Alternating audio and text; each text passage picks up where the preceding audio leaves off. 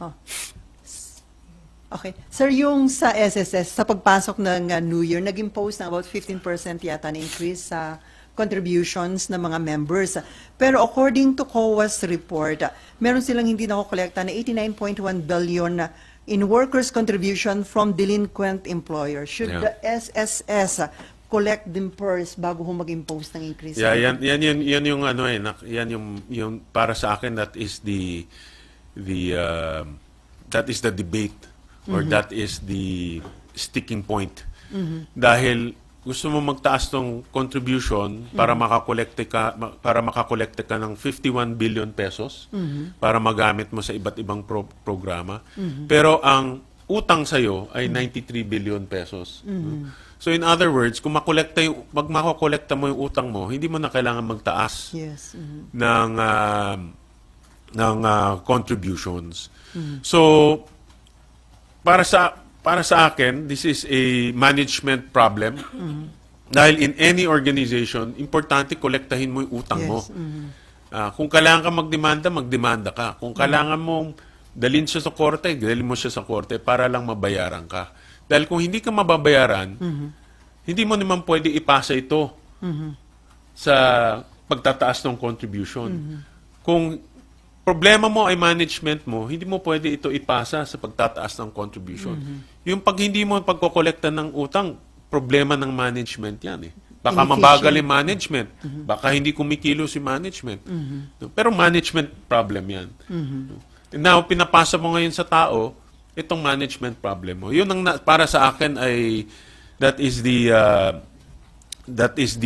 concern that I have because ang first order of business is kolektahin mo yung 93 billion.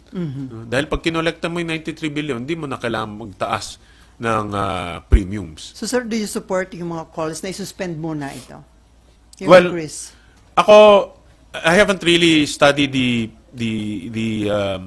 the financial statements dahil kailangan ng time to study that. But for now, ang nakikita ko dyan is they have to fix their management. And the first order of business there is to collect that 93 billion. And at nakita ko marami pang hindi nakokolekta, so makolekta lahat yun. But having said that, baka lang may urgency dun sa mga ibang programa na tatamaan because I also read na part of that 1% increase is to fund the informal sector. Yung, kasi meron tayong binibigay na SSS sa informal, di ba? Hindi naman sila nagbabayad ng full premium. No? So may ganun na, kumbaga may ganun na angulo na dapat tignan. No? So I have to study it carefully but on top lang ngayon, ang masasabi ko lang is there's a management problem and they need to fix management by collecting the collectibles instead of increasing the premiums. Kasi parang unfair doon naman, sir, na parang pahihirapan mo yung mga compliant na members na papatawon mo ng increase and yet ang dami palang kailangan pang collectibles mula sa non-compliant at delinquent. Tama rin yun. Dahil yung pinaparusa, dahil nga dito sa mga hindi nagbabayad, pinaparusahan mo yun, yung nagbabayad. Diba? Dapat parusahan mo, hindi nagbabayad eh. Hindi nagbabayad. Anyway, any related question? Other issue? Okay, Nipa. Sir, dun sa NGCP na issue ulit sa Kamara yung ownership and allegedly yung management niya is run by Chinese. So kayo, how do you look at the situation po sa NGCP? Actually, if you remember during the pandemic, I think year 2020, we were supposed to investigate the presence of foreigners in the management organization of NGCP. At because nung rini-review namin yung dokumento, at that time, 2020, medyo matagal na yun, nakita namin na may mga critical management rules ang itong mga Chinese or mga foreigners sa management position. At nakasulat kasi sa constitution natin, dapat ang management nasa kamay ng mga Pilipino, no? Lalo na sa ganitong public utility. For obvious reason, no? For national security reasons. So, I support that. Kung kailangan tingnan ulit kung compliant sila Of course, sinasabi nila, ang argument nila, nung mga unang panahon, may mga Chinese na nagtatrabaho sa kanilang corporation dahil nagsiset up lang sila. Pero nawala na rin yun. No? So, dapat tignan ulit kung talagang nawala na yun o compliance sila ngayon. No? So, yun ang isang anggulo na dapat rin tignan kung compliance sila dito sa constitutional requirement na dapat Pilipino lang ang nasa management position. Sir, papareosin ba yung investigation ng Senate? Nag-file ako ng resolution if I'm not mistaken, about this issue and also continuous oversight over NGCP. NGCP kasi is a natural monopoly. It's one of its kind in our country. So, ang ibig sabihin, talagang kontrolado niya ang daloy ng kuryente sa ating bansa.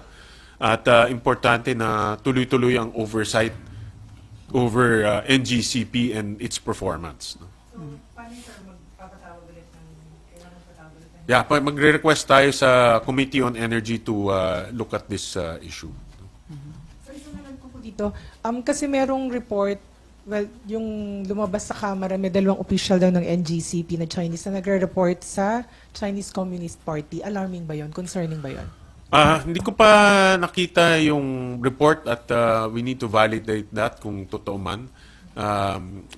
It's hard to comment kung wala pa yung talagang validated report. No? Pero isa yun sa pwede yung tingnan sa hearing. Well, as a principle, dapat ang management kontrolado ng mga Pilipino. Dahil nga critical infrastructure to . So hindi natin pwedeng iiwan yung management sa mga dayuhan. So importante na nasa kamay natin yung pagpapatakbo nitong national grid na ito. So pwede silang may-ari, 40% foreigner, allowed that, yan na allowed, pero yung pagpapatakbo, dapat Pilipino yan. Sir, balikan ko lang kasi may patanong si Marlon Ramos tungkol doon sa education sector budget. Sabi niya, previously, PNPA and PMA were not included as part of the education cluster. Even the DBM acknowledged this. Why change this classification only now? Isn't it that an admission that the education sector, at least as defined traditionally, did not receive the highest budgetary allocation in the 2025 GAA in violation of the Constitution? And how about other state agencies such as National Defense College of the Philippines and the Philippine Judicial Academy offering postgraduate studies? Are they now part of the education sector also? Nakita ko doon sa, they call it traditional list. No? Itong list na ito, nagbabago yan . This list is nagbabago yan. The composition of that education sector list nagbabago. Ang hindi nila sinasama doon is Philippine Science High School. Because the Philippine Science High School is under DOST, not DepEd. No, yung Pisay. No, yung Pisay. Hindi nila sinasama yan dahil hindi siya kasama sa DepEd. No? Pero Pisay is high school. No? Even though it's not part of DepEd, it's operating just like any other high school. No? So ngayon sinama nila, nakita ko sa list. Kasama na sila.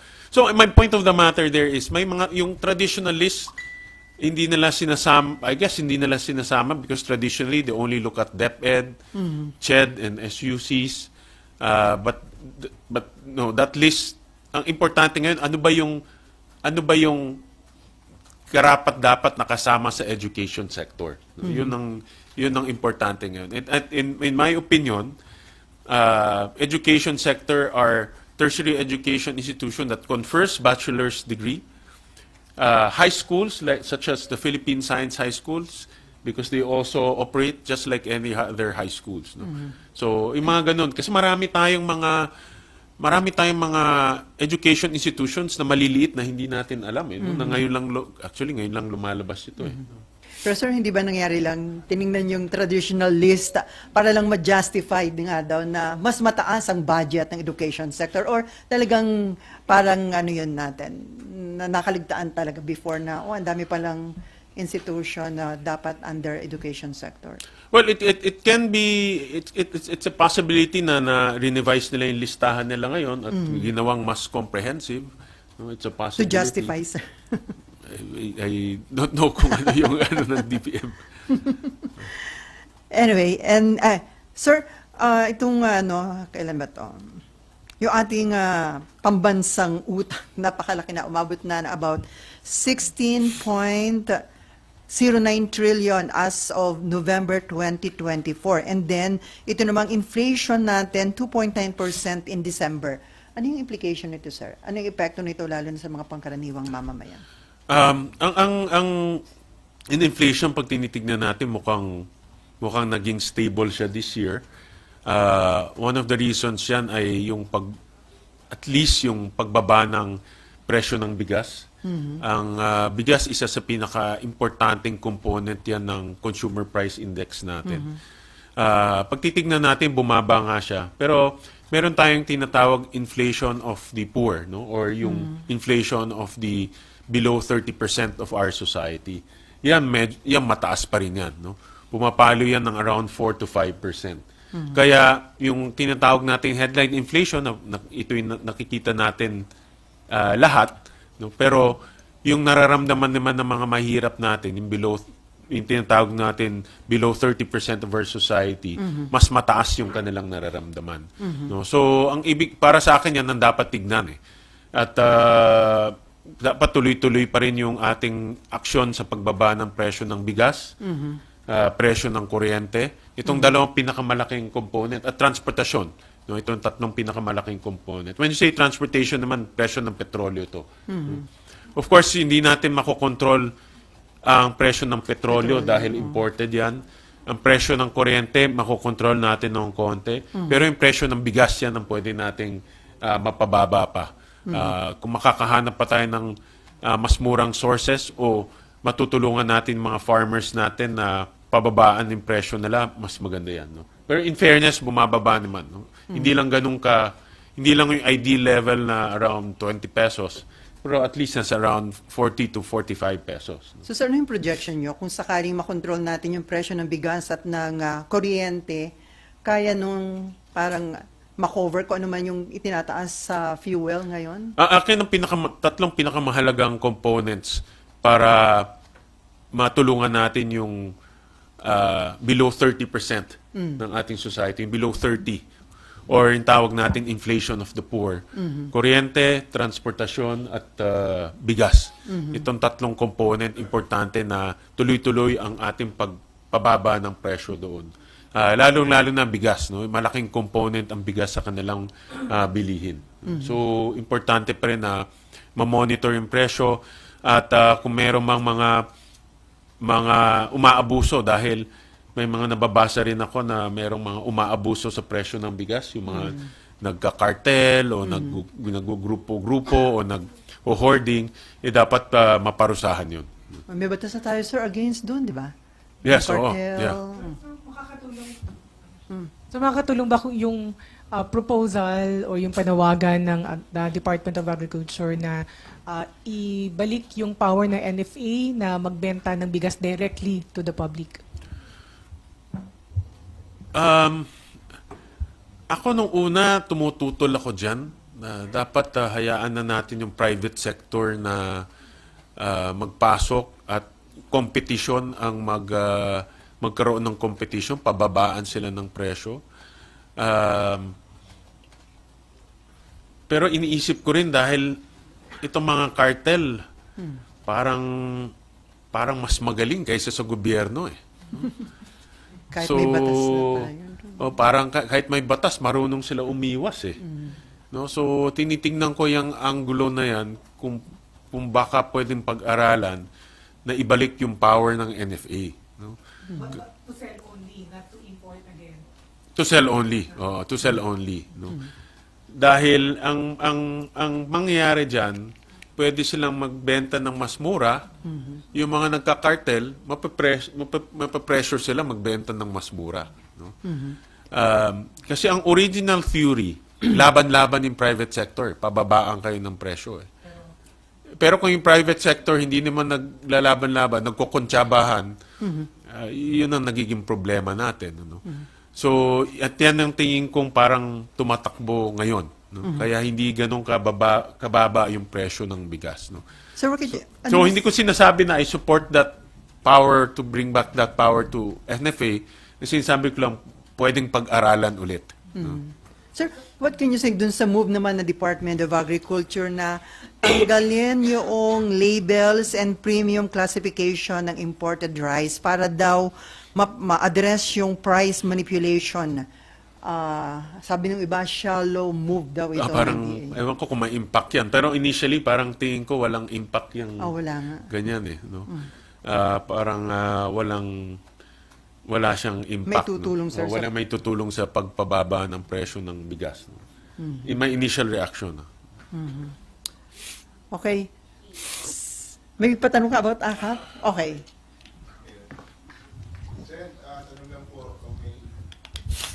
Kunin lang po sa namin ang reaction niya regarding po sa sinabi ni Baguio City Mayor Magalong na meron pong anomalya sa ayuda, particularly sa AIX, AKAP, maitupad. May paimbisigan po ba kayo dito? Or? Sa alam ko, ang proseso ay anyone can refer. No? Pwede kayo mag-refer, pwede kami mag-refer, pero hindi porket magre-refer tayo, i-approve ngayon ng mga social worker ng DSWD. So may filtering system pa rin. So lahat pwede mag-refer. Regardless kung politiko ka o hindi ka politiko, pwede ka mag-refer. Ang importante, nasusundan yung guidelines. Ngayon, alam ko rin, hindi siya perfect.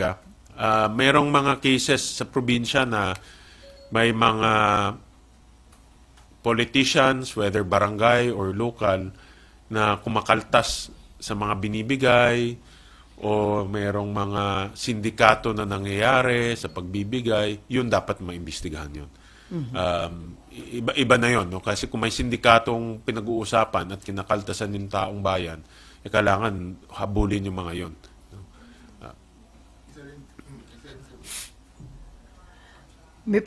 Meron ka pa?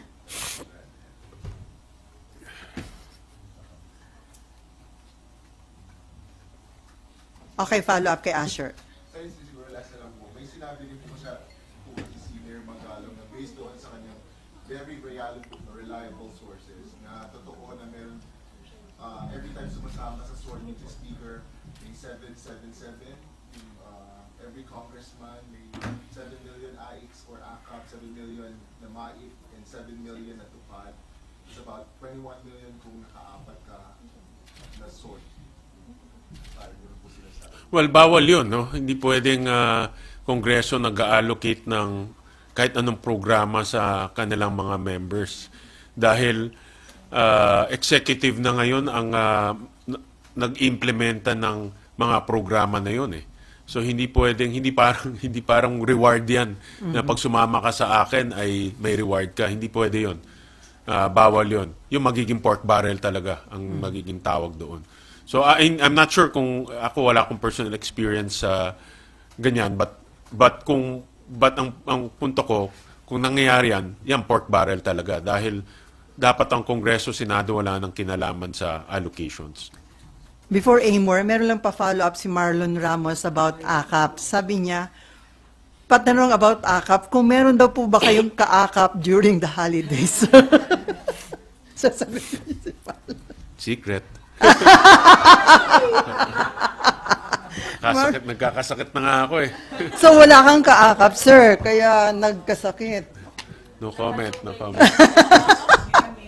Nilamig si sir. Nilamig ka, sir, during holiday. Napainom si sir ng water. So, sir, nilamig ka. Walang ka-AKAP. No comment. Amor. Kasi may articles na kumakalat.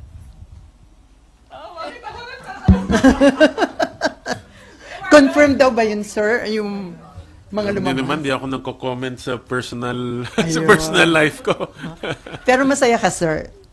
Masaya naman ako parate. Masaya naman ako as a person. Okay. Amor.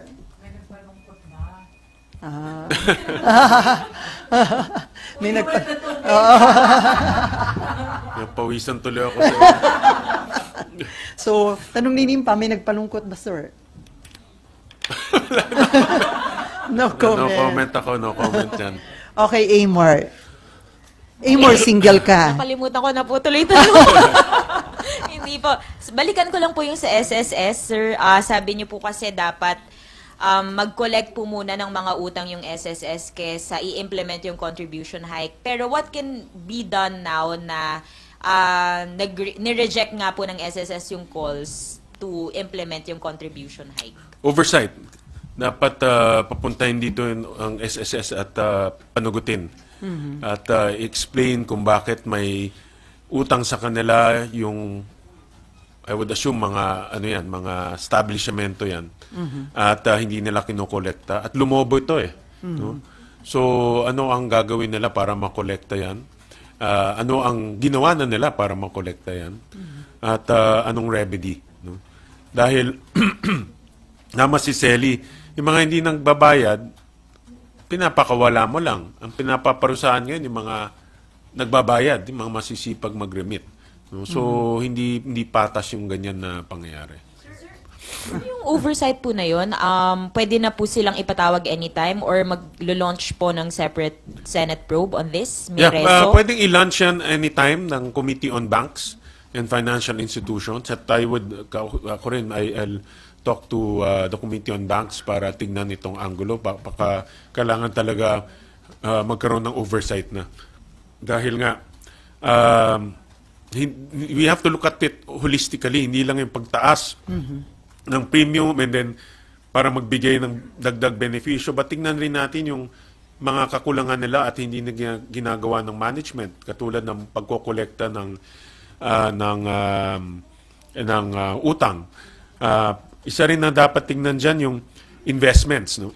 In theory kasi pag ang pension, pag nagbigay ka, yung investment na binigay mo o yung pera na binigay mo, ilalagay sa investment para yung investment ang kikita at siya rin ang magbabayad ng iba pang mga benepisyo. Kaya self-sustaining ang tawag dyan. No? So, titingnan din natin baka yung mga investment nila low-yielding investment o hindi kumikita. No? So, may mga ganun na angulo rin na dapat tingnan.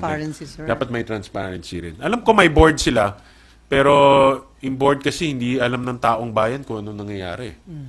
So, sir, magpa-file po kayo ng resolution for Pwede that? rin. Pwede rin ako mag-file ng resolution para matingnan to. So, that po, or yung Motu Committee proprio. on Banks ng Motu Yeah, Proprio. motu proprio. Pwede. Thank you po.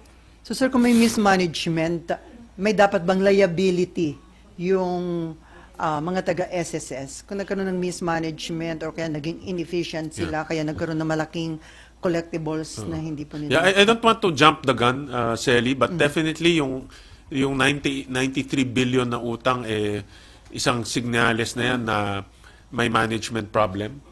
At dapat makolekta yung 93 billion na yan.